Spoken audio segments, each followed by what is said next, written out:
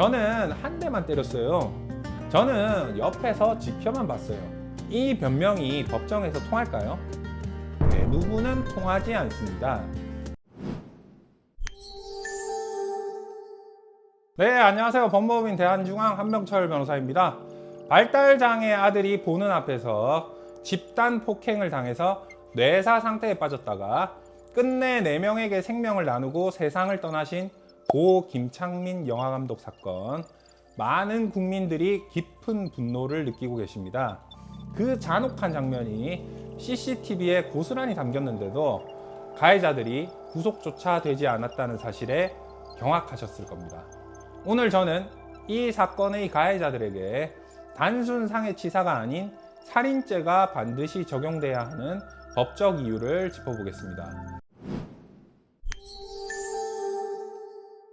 사건은 지난해 10월로 거슬러 올라갑니다. 경기 구리시 한 식당에서 20대 무리와 시비가 붙었고 고인은 식당 밖으로 끌려나와 집단 린치를 당했습니다. 그런데 경찰의 초기 대응은 참담했습니다. 여러 명이 연루된 정황이 뚜렷함에도 단 한 명에게만 구속영장을 신청했습니다. 혐의도 상해치사에 그쳤죠. 검찰에서 반려된 후 2명으로 늘려서 재신청했지만 이번엔 법원에서 기각됐습니다. 법원이 영장을 기각하는 이유는 통상 2가지입니다. 모주나 증거인멸의 우려가 없다거나 사실관계에 다툼의 여지가 있다는 것입니다. 특히 집단 폭행 사건에서는 누가 결정적인 치명상을 입혔는가가 초기에 명확히 소명되지 않으면 영장이 기각되는 경우가 종종 있습니다. 하지만 이 사건은 다릅니다. 집단 린치를 가했다면 공동정범이 적용되어야 합니다. 그런데 왜 초기에 이 논리가 적용되지 않았을까요? 집단 폭행 사건에서 가장 흔한 변명이 있습니다. 저는 한 대만 때렸어요. 저는 옆에서 지켜만 봤어요. 이 변명이 법정에서 통할까요? 대부분은 통하지 않습니다. 형법 제30조 공동정범 2인 이상이 공동으로 범죄를 실행할 경우에 각자는 결과 전부에 대해서 책임을 집니다. 누가 결정타를 날렸는지 특정되지 않아도 됩니다. 함께 가담했다면 그 결과 전체가 내 책임이 됩니다. 직접 손을 쓰지 않았더라도 마찬가지입니다.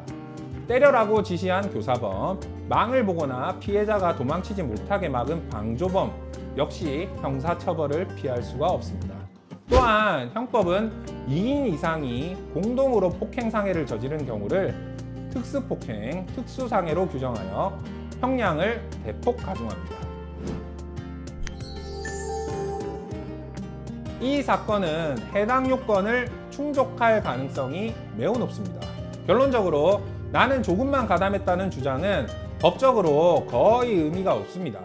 그리고 많은 시청자분들이 가장 답답해 하시는 부분 바로 이것입니다. 저렇게 쓰러진 사람을 계속 패는데 어떻게 살인이 아닐 수가 있지?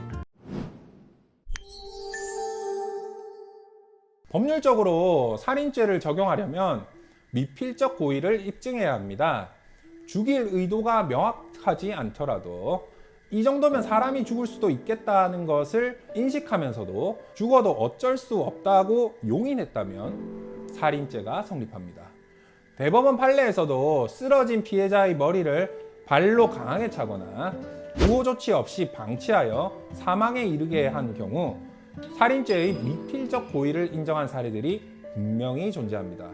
이 사건에서도 가해자들은 피해자가 쓰러진 후 약 1시간가량 아무런 구호 조치를 취하지 않은 것으로 알려져 있습니다. 실제로 유사한 집단 폭행 사망 사건에서 법원은 다음과 같이 판단해 왔습니다. 집단 폭행 후 피해자 사망, 특수상해치사 또는 살인죄 인정, 주모자 징역 12년에서 20년 선고 사례 다수입니다. 4인 이상 가담, 위험한 물건 사용, 특수상해 최고 형량 구간 적용합니다. 피해자가 생존하더라도 영구장애 발생 시에는 수억 원대의 민사 손해배상까지 지게 되죠. 대법원 양형위원회 기준상 집단 폭행으로 중상해가 발생한 경우에 기본 형량은 징역 2년에서 6년입니다. 그러나 살인죄의 미필적 고의가 인정될 경우 형량은 최저징역 5년에서 무기징역까지 올라갑니다. 이 사건에서 공동정범 플러스 특수상해 플러스 미필적 고의 이 세 가지 요건이 겹친다면 사건은 매우 무거워질 수가 있습니다. 다행히 유가족의 억울함이 공론화가 되면서 법무부 장관의 지시로 검찰 전담팀이 꾸려져 보완 수사에 착수했습니다. 검찰은 단순 상해치사에 머물지 않고 가해자들 간의 공동정범 관계와 살인의 미필적 고의를 과학수사와 법의학적 소견을 통해서 촘촘히 입증해내야 합니다.